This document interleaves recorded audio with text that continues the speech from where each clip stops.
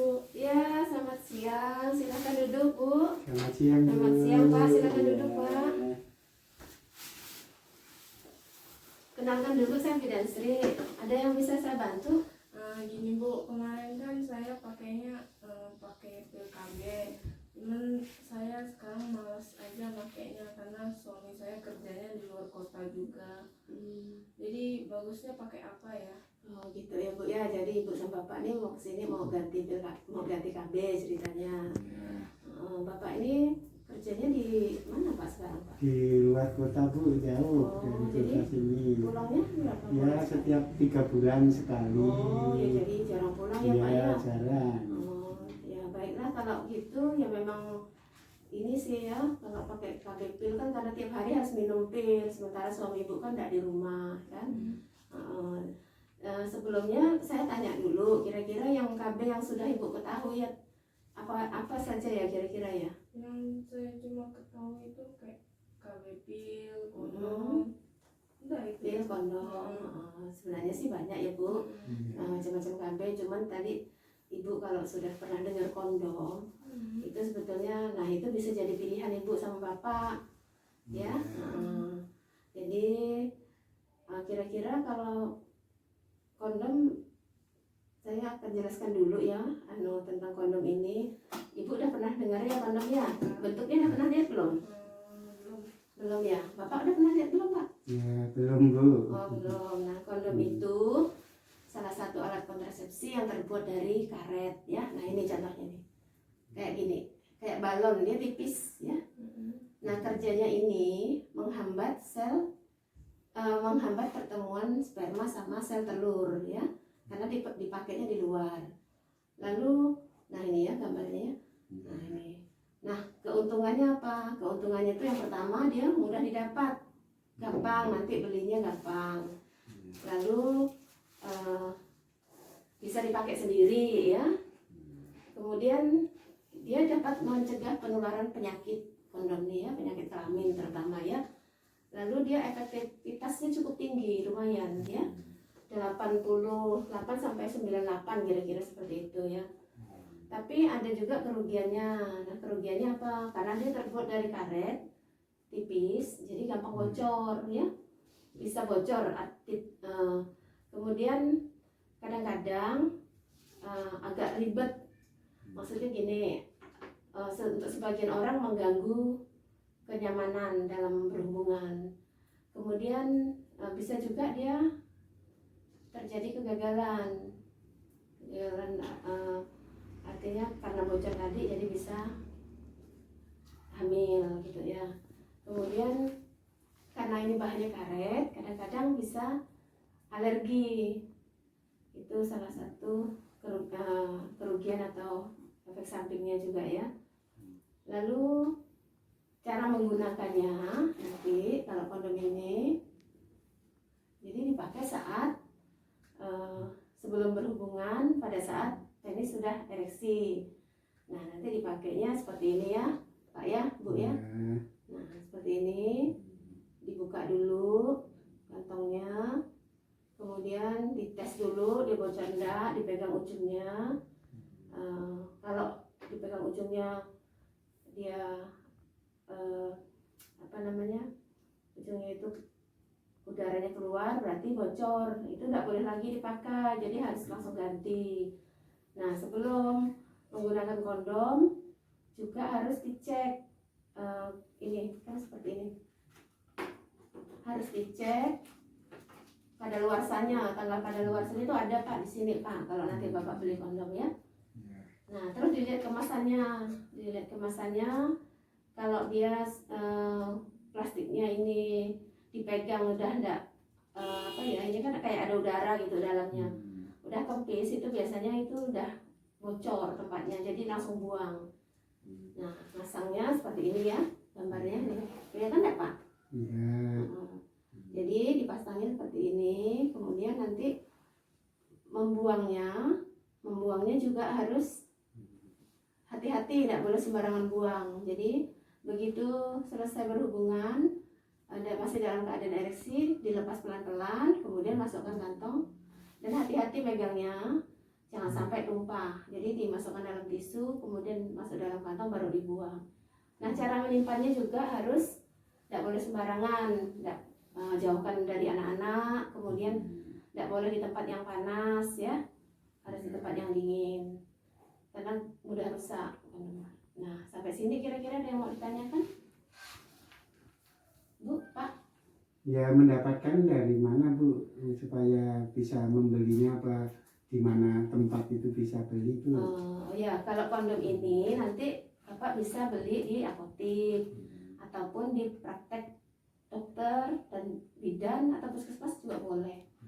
Kalau dari ini biasanya gratis Pak. Kalau di pekerjaan Ibu apa Bu? Guru. Terus jumlah anaknya berapa Bu? 3. 3 ya. Jaraknya yang terakhir berapa tahun Bu?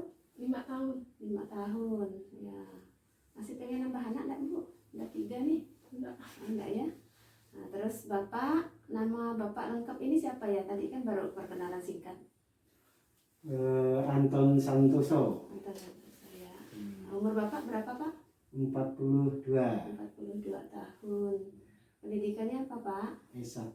S1. Agamanya Katolik. Katolik ya. Ya. Pekerjaan Bapak? Di swasta. Swasta. Baik. Nah, ini udah isi, berarti saya minta persetujuan dulu ya. Silakan Ibu sama Bapak tanda tangan dulu di sini. Ibu di sini, Bapak di sini.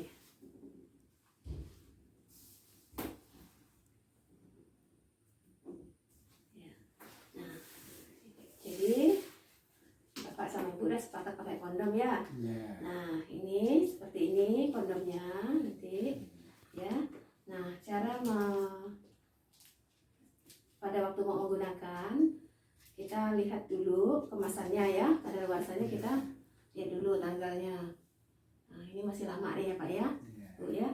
Nah, terus kita buka ini, kita lihat juga kalau dia sudah kempis, tidak ada rongga. Coba Bapak pegang, Ibu pegang. Nah, ini kan ada seperti bergerak-gerak gitu kan. Nah, itu berarti masih bagus. Nah, kalau menemukan yang sudah kempis atau robek, langsung dibuang aja, ganti yang baru ya. Kemudian membukanya tidak boleh menggunakan benda tajam. Hati-hati ya Pak, karena ini kan tipis sekali Pak. Nah, bukanya ini kan bisa langsung buka seperti ini ya. Nah, ini dipasangnya pada saat kita mau, pada saat berhubungan, pada saat penis sudah dalam kondisi ereksi ya Pak ya.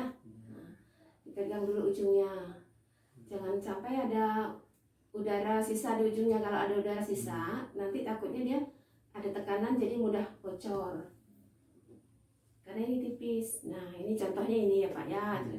Nah, masangnya seperti ini, dipasang, terus ini digeser pelan-pelan. Jadi ujungnya ini biar aja ada sisanya ini untuk menampung sperma. Ini licin ya, karena ini apa? Dia ini ada pelumasnya Pak.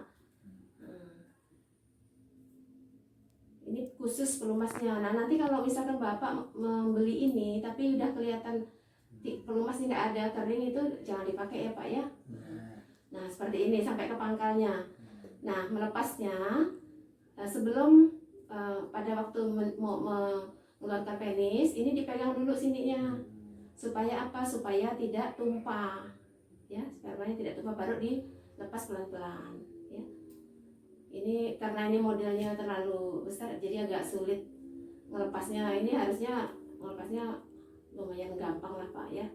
Nah, terus Bapak pegang di